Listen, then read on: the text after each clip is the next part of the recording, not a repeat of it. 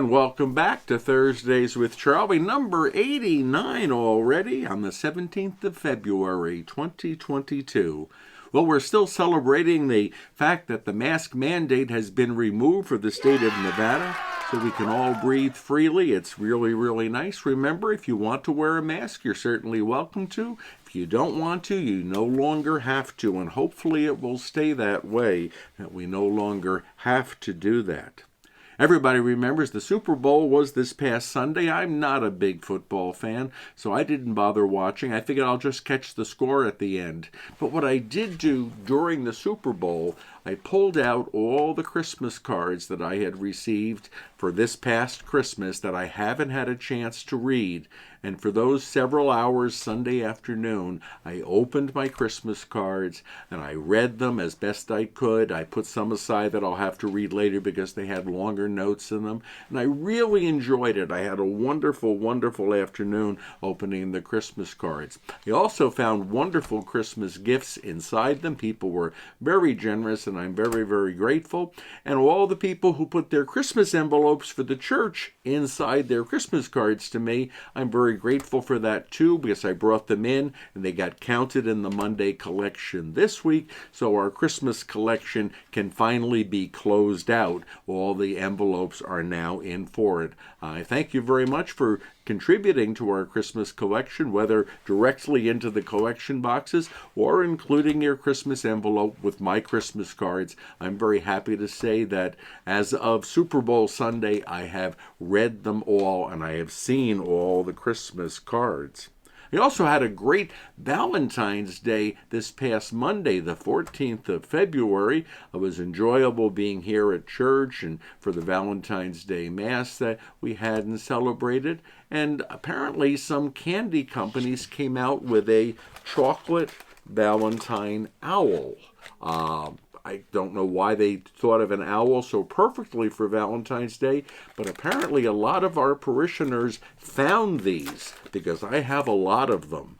And fortunately, they're very good chocolate. They taste wonderful. So I've been enjoying an owl a day almost since Valentine's Day, and that's been a really, really great thing. I'm not sure all that chocolate is good for me, but it really tastes very good. And then on Valentine's Day at night, a friend of mine came down from Vegas just for a quick visit. He was on his way to Las Cruces, New Mexico, and he had stopped at a cookie store in Vegas called the Cookie Crumbles. And he brought down a huge box of cookies. They had to be like 6 inches across each one. And they were very delicious. They're still not finished because there were just so much to them. But they were really beautiful. I've never seen that cookie store, the Cookie Crumbles. One of the things that I thought of on Valentine's Day, a day dedicated to saying I love you, to being aware of the existence of love in our lives. I remembered back to my Latin days when I was studying Latin myself as a high school and college student. And when I was teaching Latin, one of the first verbs we learned to conjugate in Latin was the verb amo, which means I love. And any one of you who might have taken Latin in high school or college along the way probably remembers the drill where you're going through conjugating the verb. Amo, amas, amat, amamus, amatis, amant. I love, you love, he, she, or it loves, we love, you love, they love. Amo, amas, amat, amamus, amatis, amant. It brought back nice memories for Valentine's Day just to think of those Latin words. Word and song books are still somewhere in the supply chain. I wish I had an answer for you. I wish I could say when they'd be in. I hope they're going to be in by this weekend, but at this point, I just don't know. There's 200 of them additionally on their way to us. We have paid for them, so it's not a matter of money. The company says they ship them. We're just waiting. Hopefully they will show. Reminder that our Knights of Columbus Council has their golf outing on February 26th. That's a Saturday. All the information for signing up is in the bulletin, so please feel free to take home a copy. And if you're interested in golfing with the Knights on the 26th of February at El Rio Country Club, you can make all the arrangements.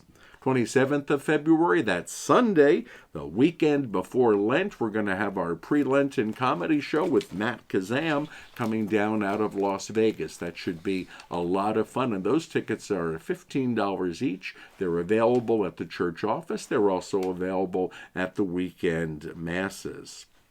And our St. John's Guild is sponsoring the annual Anointing Mass, and that'll be on Tuesday, March 1st, the day before Lent begins, here at the church at 10 a.m. That's for anybody who would like to receive the sacrament of the anointing of the sick. We as Catholics believe that we go to God in our needs, and certainly sickness is a need, and it doesn't have to be severe sickness. It can be advancing age, it can be impending surgery, it can be the desire to just receive that grace of the sacrament.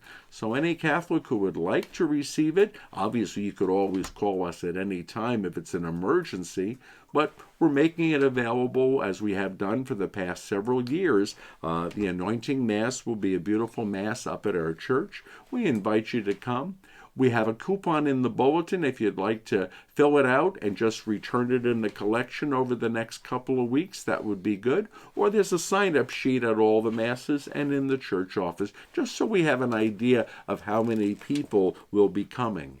The sacrament of the sick can be received many, many times in life, even, into the double digits, multiple times, if you feel that the need has increased in your life that you would like to receive it. We are very glad to share it with you.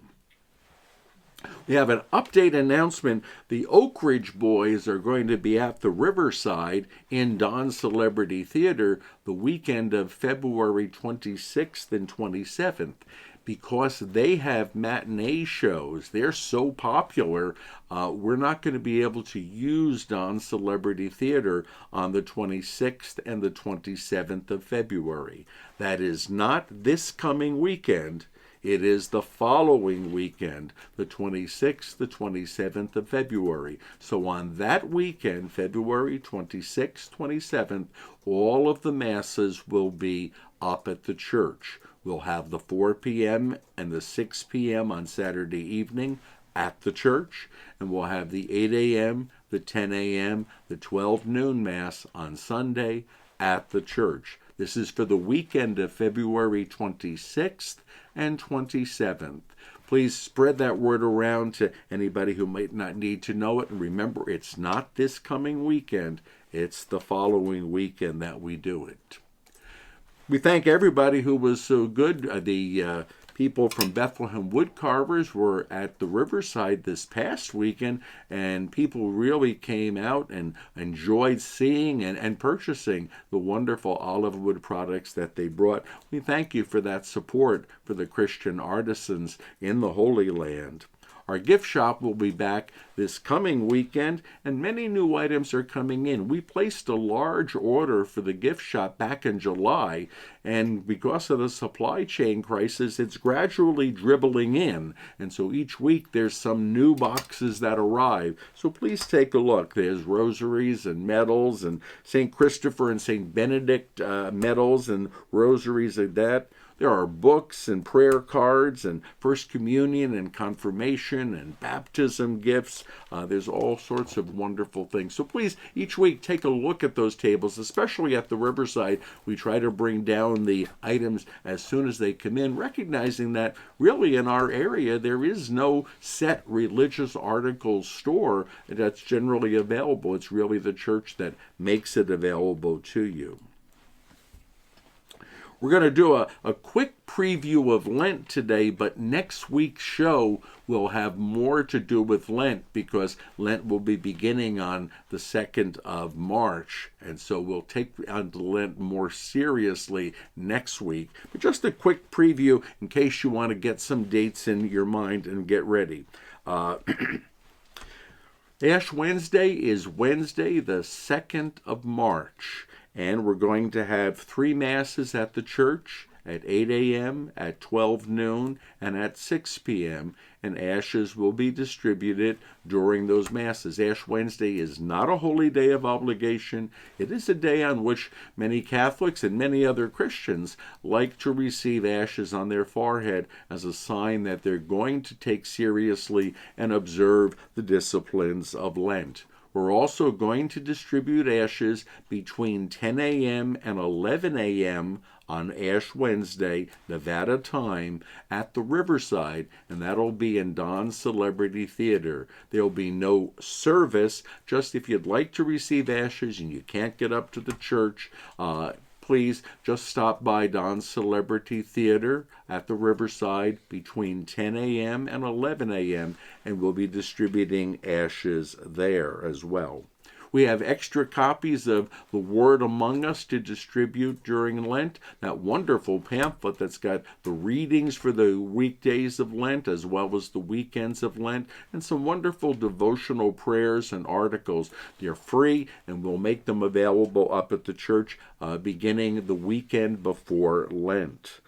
St. Therese Center up in Vegas, which takes care of the diocesan needs for HIV and AIDS, those persons dealing with those diseases, will be bringing down their coin boxes in case people like to use that during Lent to put their spare change in, and then don't bring them back to us around Easter time, and we bring them up to the St. Therese Center, and they use them to support their programs. People seem to like that very much, and it's a wonderful way of keeping them in our prayers and in our minds and physically helping them with our money. The Tiger Masses will resume, the 6 a.m. Mass on Friday mornings during Lent for those who are tough as tigers and get up that early and want to join us for Mass. The Stations of the Cross will resume on the Fridays of Lent at 6 p.m., and that'll be here in the church. A wonderful standard Lenten devotion that really captures a lot of the passion and the sufferings of Jesus leading up to his death on the cross and ultimately his resurrection. We remind you that Ash Wednesday and Good Friday and the Fridays of Lent are all days of abstinence. No meat or meat products allowed for Catholics. Ash Wednesday, Good Friday, and the other Fridays of Lent. Their Ash Wednesday and Good Friday, those 2 days, are also considered days of fasting to limit the amount of food that you would take in those. That's about the only serious discipline of Lent that the Church says everybody should observe.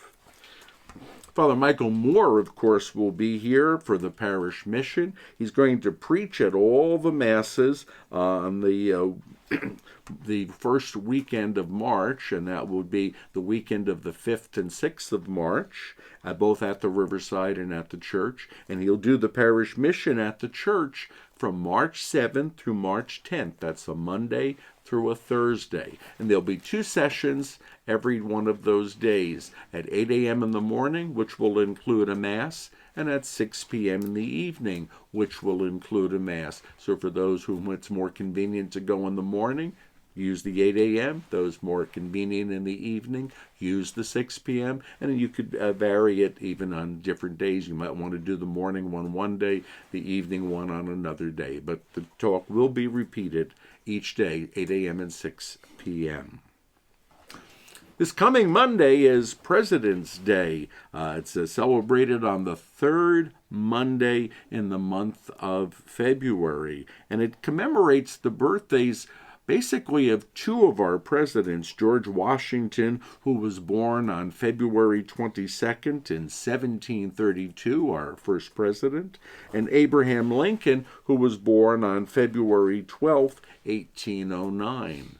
Many of us who are in that older age bracket remember we celebrated Washington's birthday February 22nd in our grade school days, and Abraham Lincoln's birthday on February 12th. Again, our grade school days, it was a kind of a civil holiday. But Washington's birthday became kind of a compressed day when we decided to have one day honoring these two presidents. And so they chose a date that generally falls between those two dates, the 12th and the 22nd of February. It's the third Monday in the month of February, and it's Washington's birthday.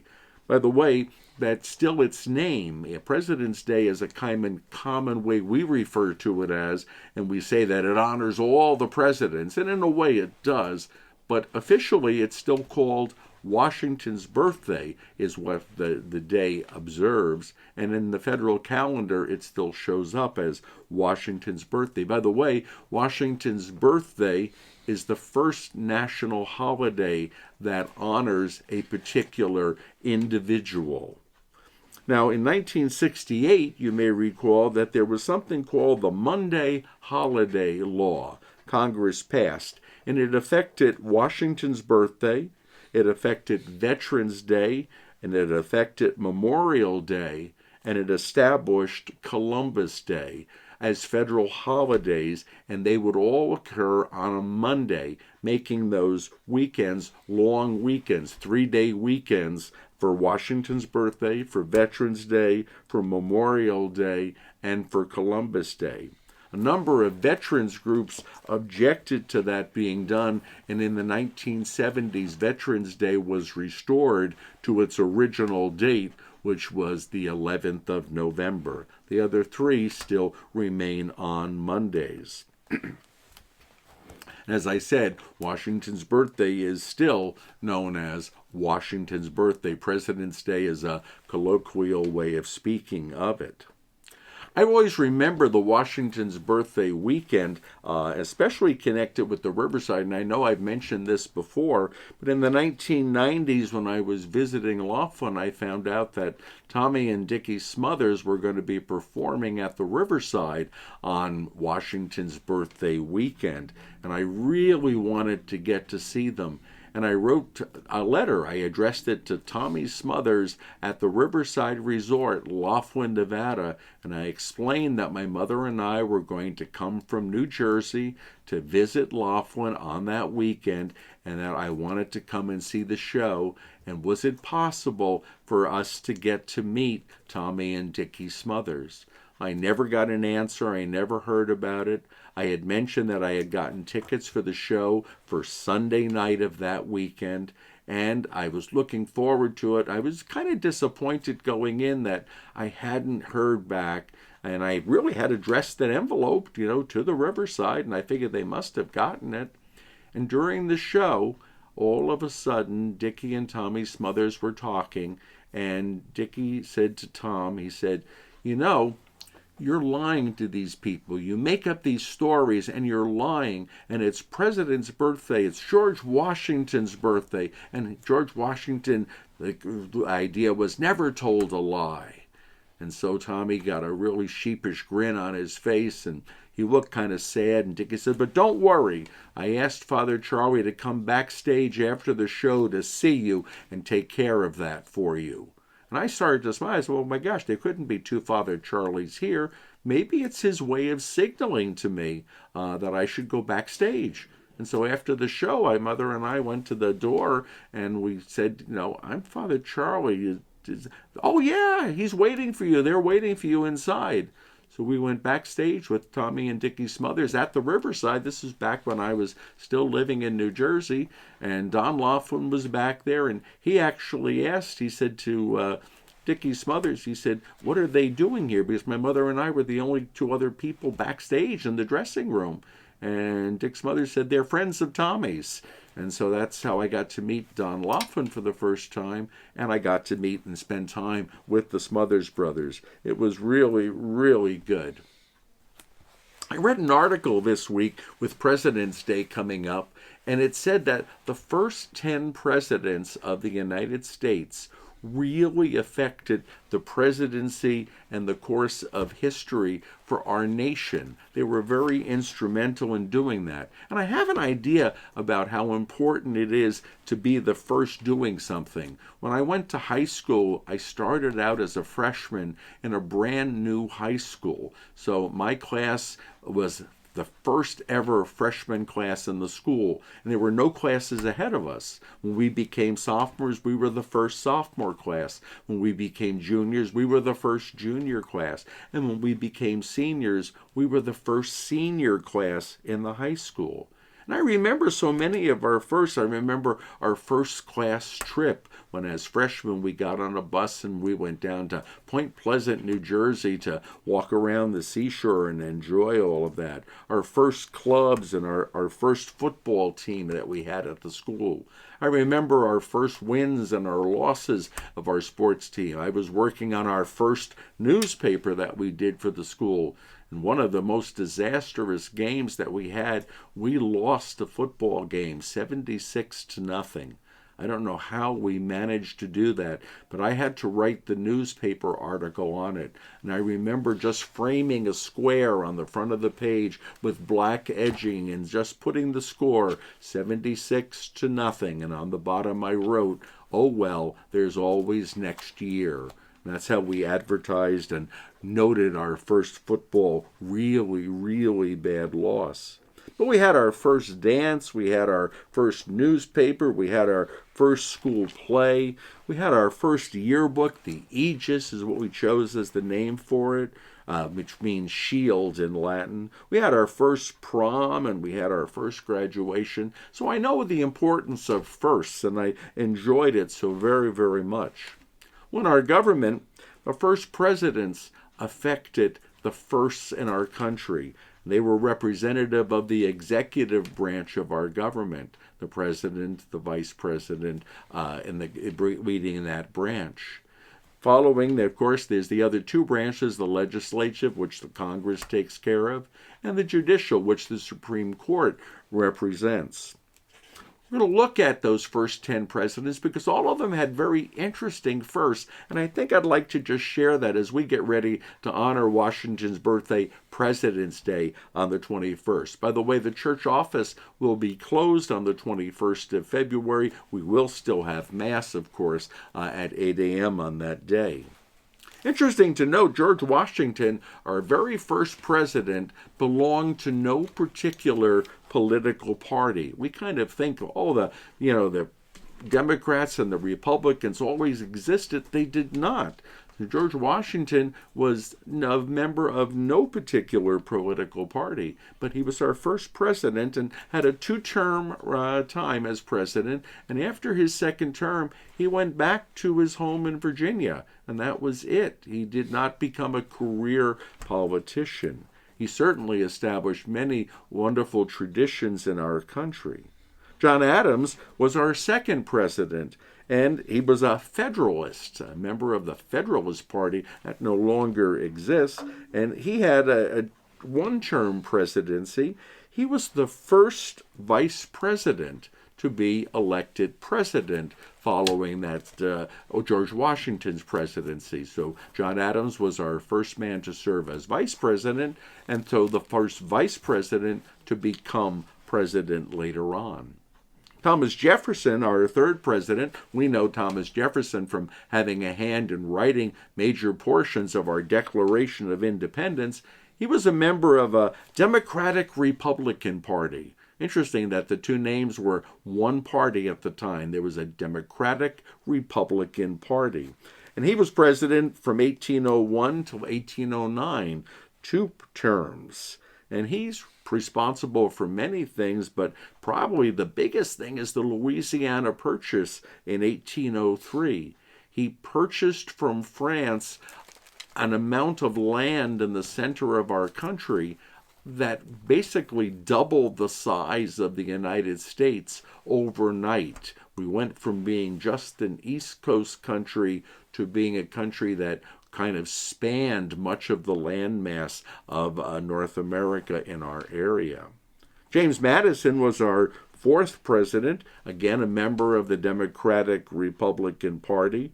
He had a two-term presidency from 1809 till 1817. Perhaps his greatest accomplishment was the annexation of Florida from Spain in 1810. That completed our kind of southernward sprawl down through Florida when we obtained it from Spain in 1810. He was followed by our fifth president, James Monroe. James Monroe was president from 1817 till 1825. Again, two terms. He was a Democratic Republican. That was the party of the time that seemed to have precedence.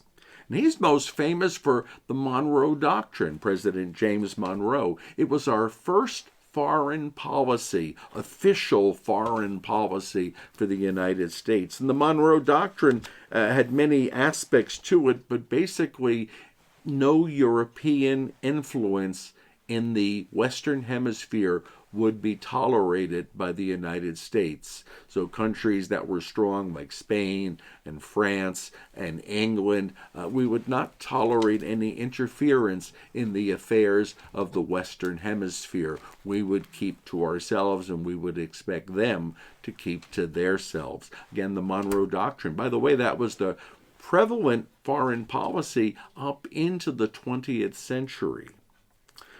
Next president was our sixth one, John Quincy Adams. Was again a Democratic Republican.